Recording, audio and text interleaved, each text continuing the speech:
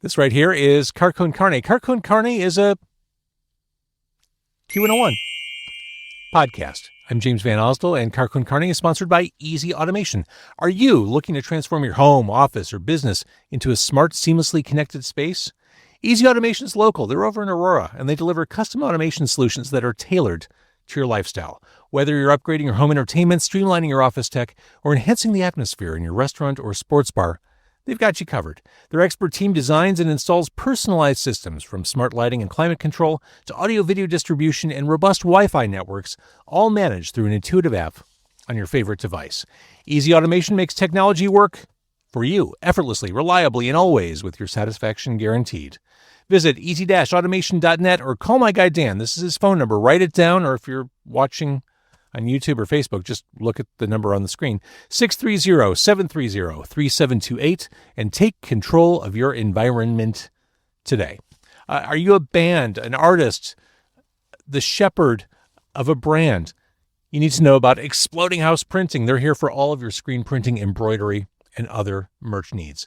They're right here in the city. They're in Hermosa, and you should consider them for everything from t-shirts, merch, anything you need to get your message out there.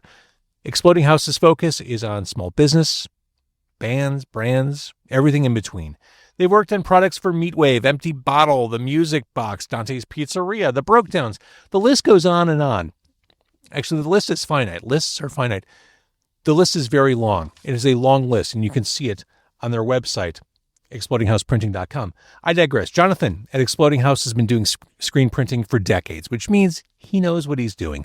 Besides technical expertise, he delivers production efficiency and cost awareness to offer boutique print shop quality at much lower large print shop prices. Check out their work on Instagram at Exploding House, or check out their site at explodinghouseprinting.com. Get a quote, see a list of all their clients. It's pretty impressive, and there are probably people on the list you already know. Email info@explodinghouseprinting.com for a quote today. It's Car Con Carne. Let's eat in the car. It's Car Con Carne.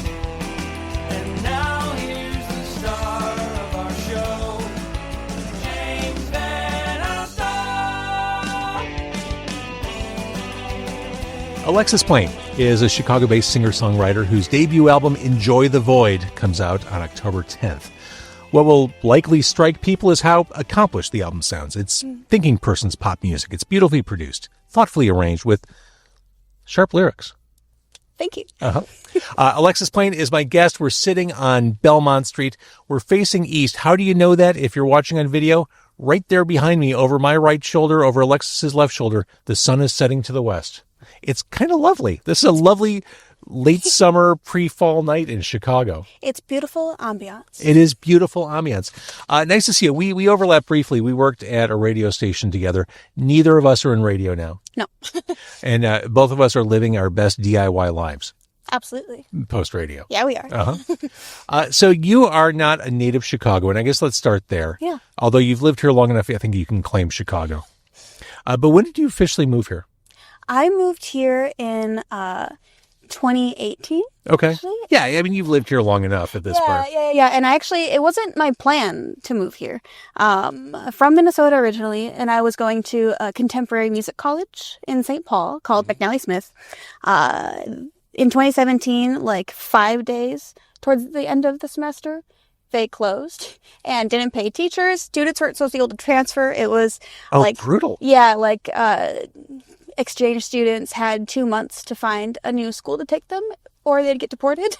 It was really, really bad. Oh, it was really bad. Students didn't have food. It was a whole thing. And no places were supposed to take our credits. So Columbia College in Chicago, they also gave us a pity scholarship, which we appreciate. So actually a bunch of us moved here and continued our education here. So that's what brought me here. Thank goodness for Columbia. You know, I not only graduated from Columbia, I taught there for like 2 years. Oh, I didn't know that. Radio department? I taught radio.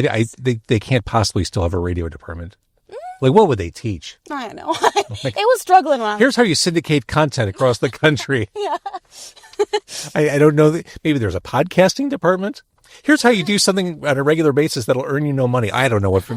I don't know what kind of audio stuff they're teaching at Columbia. So let's talk about this album, Alexis Plaen, Chicago-based singer-songwriter. Enjoy the Void, out on the 10th of October. Yes. The themes I pick up, they're pretty transparent. There's existential dread, the often mentioned existential dread on the album, but also finding purpose in spite of all that. Fair? Yeah, absolutely. Is that an accurate summation of the past 7 years? Yeah, I would definitely say so. Yeah.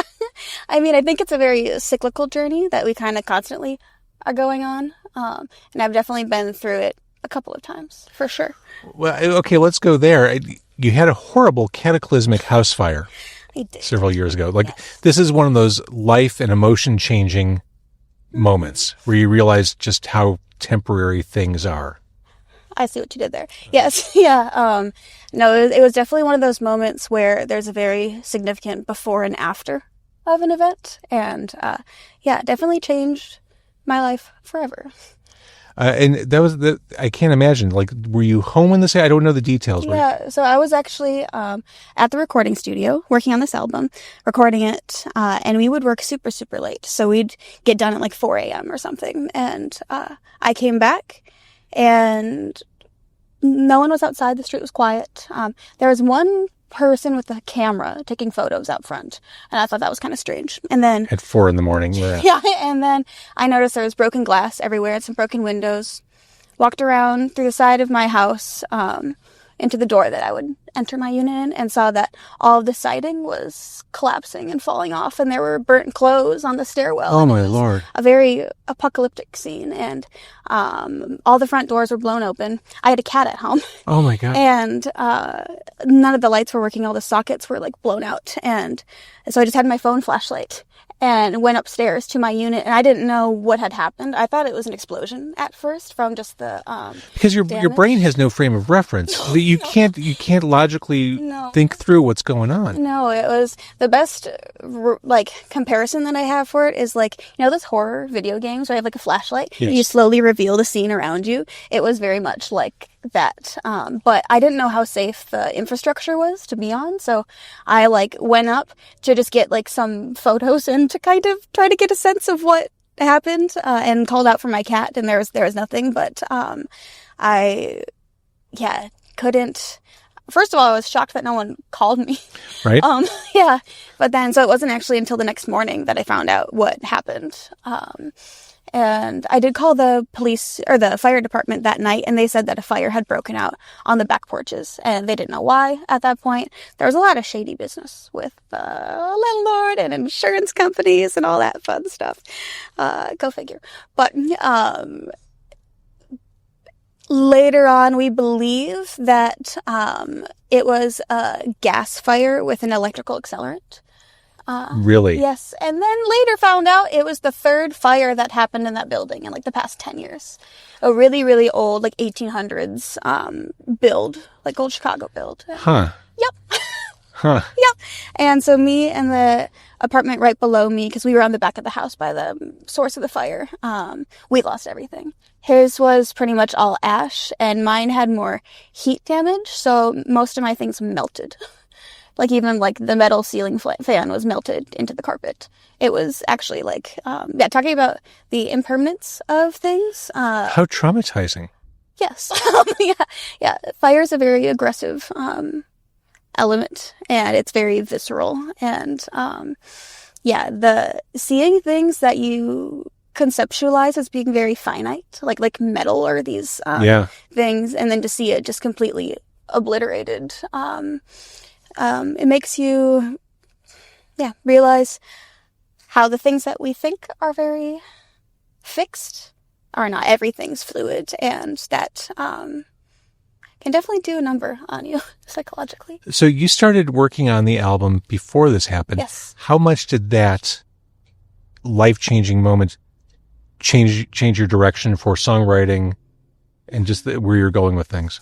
Yeah, so there's basically 10 core songs on the album, and then outro, intro, interludes. All of the songs were mostly written outside of Better Than Dead, I think was the only one that hadn't been completed yet.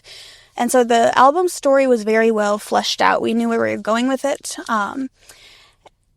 the irony was that the fire made the stories and the songs just hit that much harder. Yeah. and the Web of Echoes and Voided interlude and outros were the ones most deeply influenced by the fire. And those were all done and inked, and Better Than Dead were all finished up in the months after the fire. And I'm going to spoil the ending of the album, like I'm spoiling a movie, but Voided, it wraps the album up and just glitches out. Yep, says goodbye. Uh-huh. Yeah. Just like that sudden, but it kind of makes sense knowing where your headspace was. Yeah. And wanted there to be a conclusive ending and a feeling of finality, but also because it is a cyclical journey, this existential crisis and going back to trying to find what's meaningful in our lives. So what did you take away from that? Like, what's meaningful to you? Is it art? Yeah. Art is definitely a big part of it, and like meaning making of the things that we do in our lives that gives us meaning and purpose. And so in a way, the making of the album itself was kind of the answer to the question that the album poses too, but also the biggest thing, which I was writing about this, but I feel like I wasn't living it as accurately as I could have been in my day-to-day life. The theme of community and relying on each other, because I wrote it coming out of quarantine, basically, right, and talking about the importance of relationships in my life then and just getting through that time. But then after the house fire, and my friends were taking me in and giving me their clothes and their food and taking care of me in every possible sense of the word. And that was, it was also, remember earlier when I said that I'm really good at trying to do everything by myself. Mm-hmm. You said that before we started recording. Oh, sorry. As we were talking about just the DIY lives we lead. Yeah. And that situation really forced me to accept people's help on things. I was going to say, because I think anyone in that situation, the benevolence of friends and community is wonderful, but I think for most of us, there's a level of discomfort. Like, I don't want to be a burden. I don't want to take your charity. I have no choice. Yes. But I'm sure that that's part of it. No, 1,000,000%. And so, both creatively with the projects I was working on and just in my personal life, having that forced experience of leaning on people and allowing them in that way and being vulnerable in that way. Because of that, I have the best relationships I've ever had in my life now, which I'm really, really grateful for. That's serendipity. That's glass half full. Yeah. And I've got to say, between COVID and the house fire, I mean, thank goodness you have music, because otherwise I would say, maybe Chicago's not working out. Oh yeah, I had a rat-infested apartment between the two too. Like rats in the house, in the apartment. Yeah. Oh, I see. I've had mice. Mice are like a recurring problem, and I don't dig that at all. But rats is next level. Yeah, big boys. Oh no. No. The forbidden rat house. We don't talk about it. We don't like it. I've got to ask, how do you get rid of them, or do you just? The landlord didn't do anything. So, do you have like a BB gun? Like, what do you do? Well, I have my cat. Okay. So I taught her to be good with like moths and gentle with things. And then the rats came in, so she did that. I was like, no, those are the ones that you get. You go after those ones. Oh my God. So she learned to chase them out. But even so, I was still worried about like diseases and stuff with them. So we just terminated our lease early. And then I moved, and then actually that was why I moved into the place that burned down. I think wherever you're living now, that is the charm. That is, this is it. Yeah. This is the good one. Yeah. I very much feel like I'm exactly where I'm meant to be now. That's awesome. Yeah. And it does seem like this album is a complete statement, start to finish. I talk about this a lot, just the value and importance when you're creating an album of putting together a comprehensive work. There's a vision, like you can follow that thread from open to close. And with the interludes you mentioned, everything, I do feel, and the way you kind of balance the textures and energy of the songs, I feel like that was a mindful process. Yeah, we tried to be very particular with that, especially because of the amount of genres we're pulling from and styles. That there's a really wide range, and so the tones and the production had to be really particular in order to make everything work. And that was also partially why we had the interludes too. It's just to help ease the connection. Yeah, transition elements. Yeah, because there is such range on the record. Well, as you talk about the range and different styles and elements, I mean, at the core, this is a pop album, isn't it? Yeah, I would say so. Yeah. I mean, all those textures are there, but I mean, I hear pop, which leads me to ask, independent pop in Chicago is an absolute blind spot to me. Is there a scene? I'm still finding that out myself, Okay. to be honest. Yeah, because I do know of a couple of groups here, but it is definitely dominated by the indie rock scene. And there are definitely many elements of that. So I'm curious to see, as shows start getting added on the calendar, which nothing to announce yet, but very soon, of seeing where I kind of fit in that. I think you can plug into a lot of different... Yeah. I love the idea of pulling from some of the visual elements of electronic shows, but then keeping the community and the energy of like a rock club.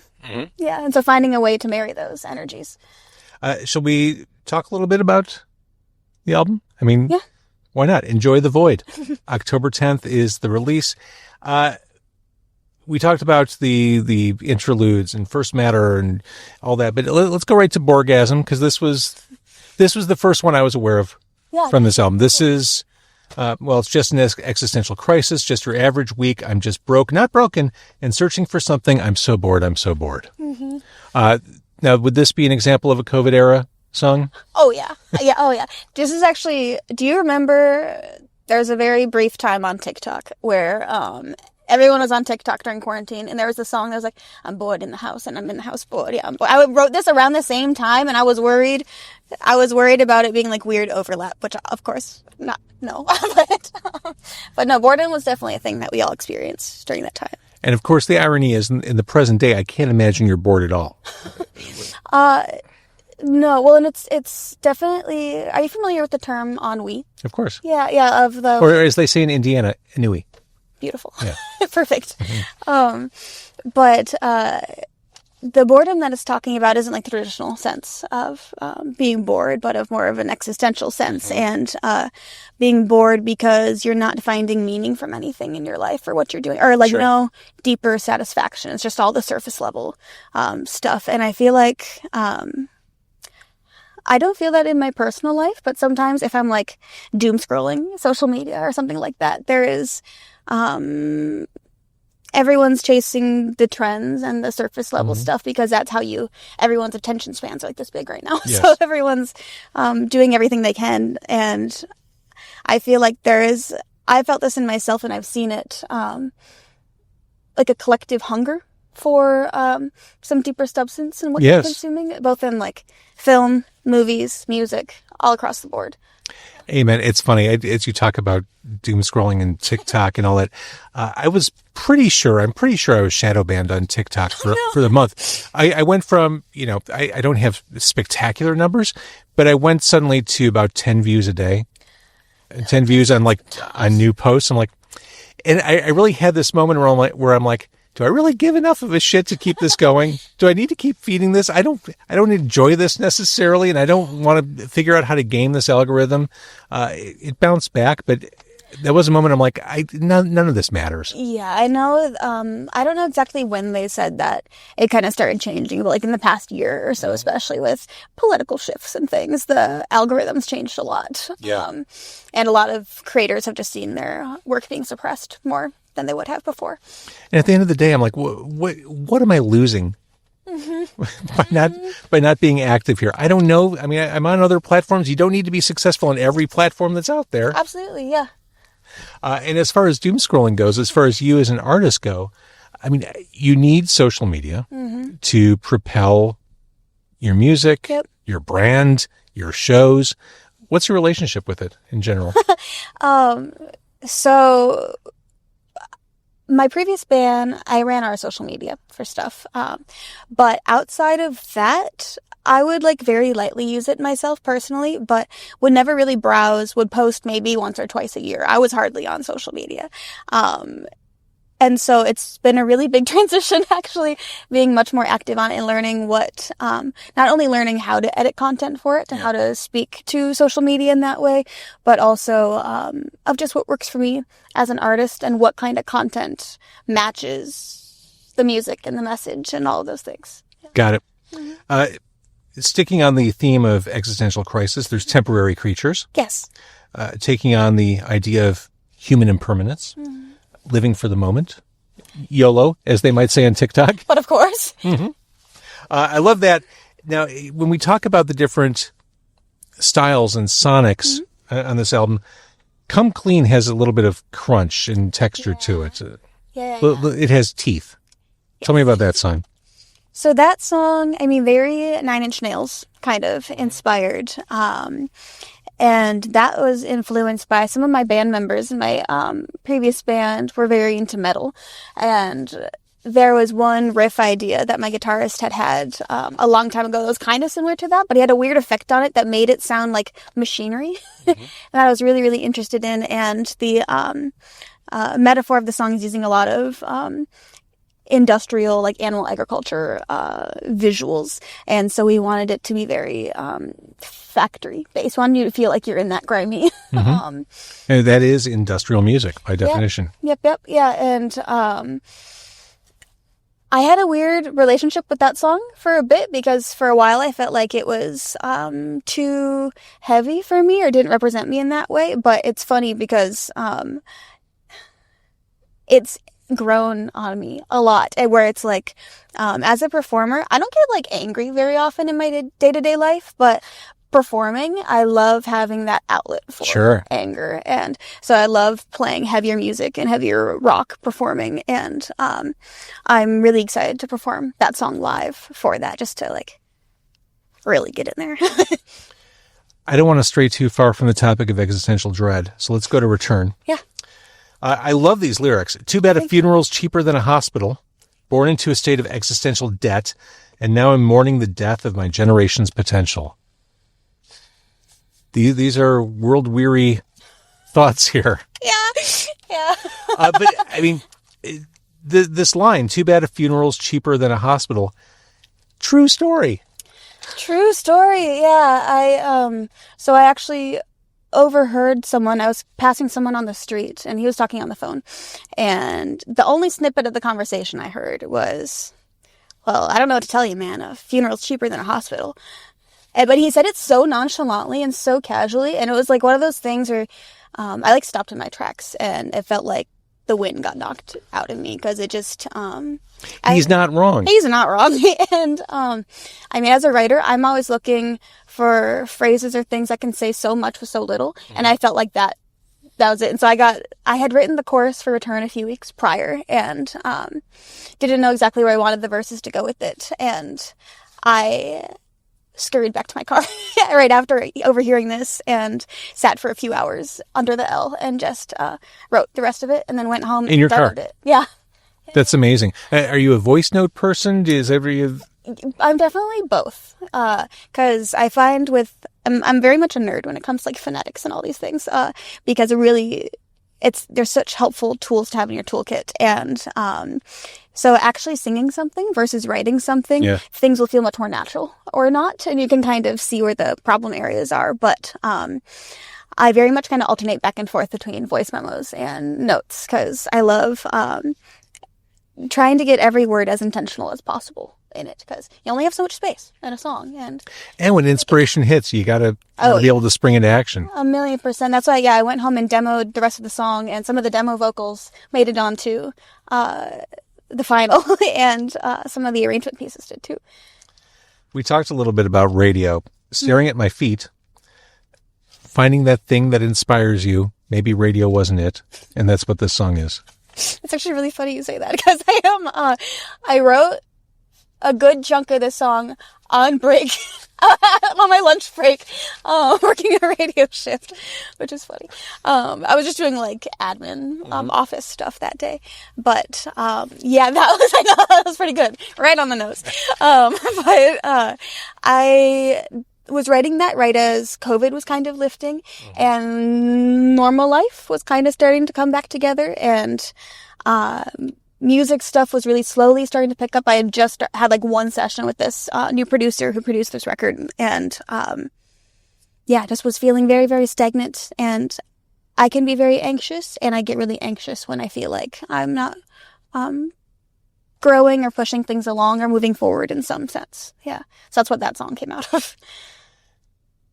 Taking the idea of threading an album song by song, taking us through that journey. We have Staring at My Feet, finding that thing that inspires you. Jumping ahead a little bit is the song Bones. I'll build a home in these bones.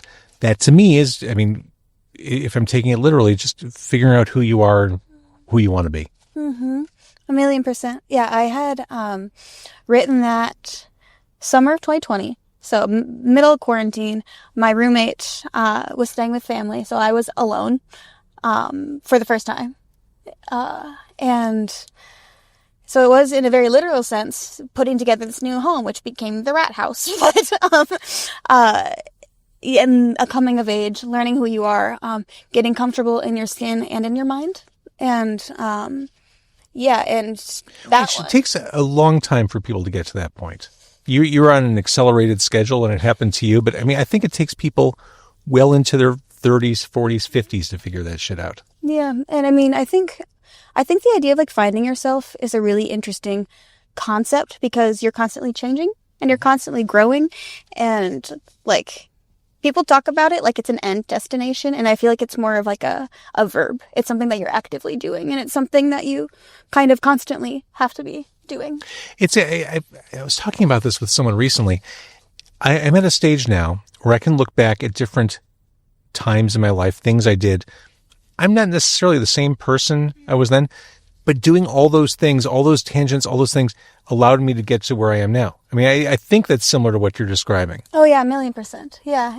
And like, how when you experience things in your life, they change you, and like after the fire, I've become a lot more like disciplined and organized. Sure. And a lot of very like practical things that I didn't prioritize previously, I now hold a lot more space for, because I just see their importance more than ever.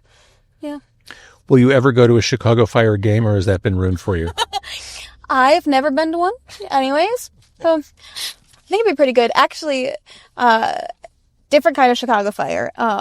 So one of my friends that I quarantined with, one of my closest friends, she was just bartending and stuff. But after my house fire, she learned that her like purpose in her life is to become a firefighter.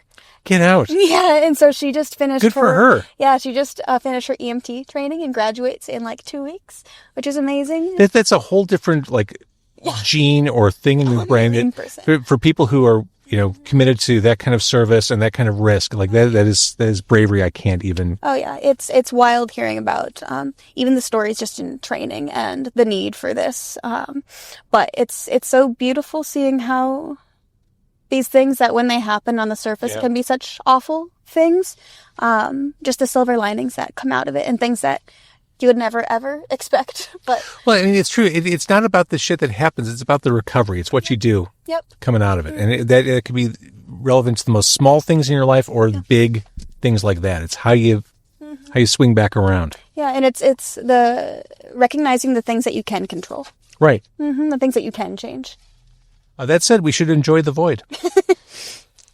Of course. Now, it does start with that perspective, but it ends hopeful. Well, with the glitch, but I mean, hopeful. Hopefully, there's good messages in there too. The debut album, it sounds great. Like I said at the beginning of this interview, it sounds remarkably accomplished. I mean, I know this isn't your first rodeo with making music, but just as far as like a complete statement and as a very sophisticated pop release, I think you did it. Thank you. I appreciate that very much. October 10th is the release. You're not going to share with us any show information. Well, how dare you? Well, I do have. I'm getting the confirmation. Okay. Still, but probably by the time this comes out, I'll be good. But, No, that's not true. I turn these around within like 48 hours. Oh, got you. Well, I might have the thing signed in 48 hours. Well, stay tuned. Alexis Plaen. Okay. Or I can mention it and just not mention the date. Okay. Yeah.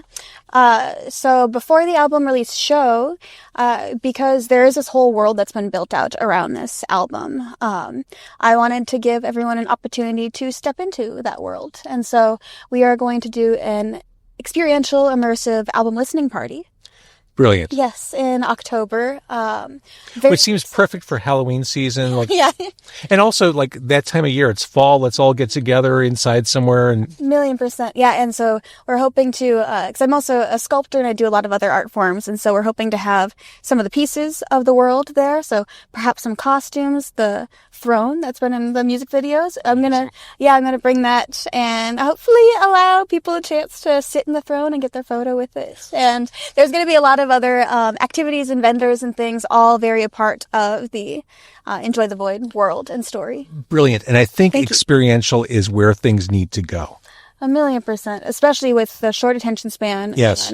And social media and everything, having something tangible that people can interact with and experience, I think just changes everything. I don't think I've heard anyone at the local level talk about something like that. That's a really solid move. Thank you. Yeah, I feel like listening parties have kind of come down in popularity over the years. Well, because on the surface, it is what it is. It's let's go in a room and stand around, listen to music, maybe have a beer. But I mean, this, like, is an immersive concept, like, make it an event, truly an event. Yeah. And,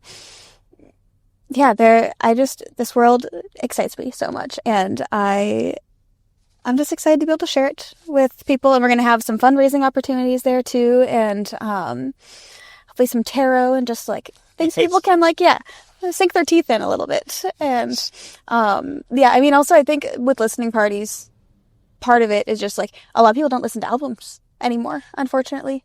And we live in a very a la carte culture. Yeah, and on the flip side, I think that means there's a gap of people who do really want that.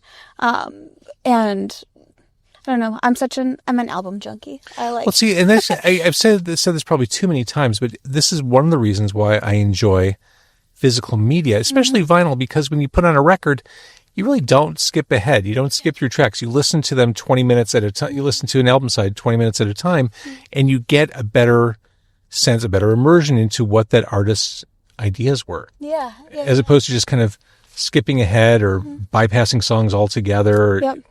Yeah, no, 1,000,000%. And because I mostly came up on classic rock. So Led Zeppelin, Pink Floyd, especially as conceptual artists, influenced me so much. And that's partially why there's a really stark contrast between the A and B side of this record. That was very intentional. And I like to think of the first half as a descent into the void, and the B side is the ascent out of it. I love it. And by the way, I wrote off Pink Floyd for years because radio ruined Pink Floyd for me. Fair. Recently, I've gone back in and tried to just readdress the band, listen with fresh ears. Very rewarding experience, particularly the Animals album. Just want to say. Oh, great choice. Yeah. I love that one very much. Yeah. And some of the things that they've done live with it, and the political and social commentary is a big influence how they approach that, but just the thoughtfulness and the conceptual nature of it. And I got to see Roger Waters live a couple of years ago. We were probably at the same show at the United Center in 2017, 2018. It was that tour, but it was in Minneapolis. Okay. Yeah. But I really loved seeing how he updated some of his songs with modern visuals, just to have the... Well, I was going to say, as an arena show goes, I've never quite seen anything like that, where he really used half of the arena as his performance space. There was the stage, but there was stuff on the ceiling and a pig flying around. Yeah, it really felt much, much bigger than other stadium shows or arena shows I'd been to. Yeah, I think that's partially because I would say musically they haven't influenced me a ton, but artistically they have a massive amount. And I almost considered them multimedia artists with their album packaging and the live performances and the movie that they did. And I'm very, very inspired by that, and I try to do that and hope to do more of that in my work. I love it. I love how this is all starting out. Enjoy the Void on October 10th. Thank you so much, Alexis. Thank you, James. It's good to see you again. Good to see you too.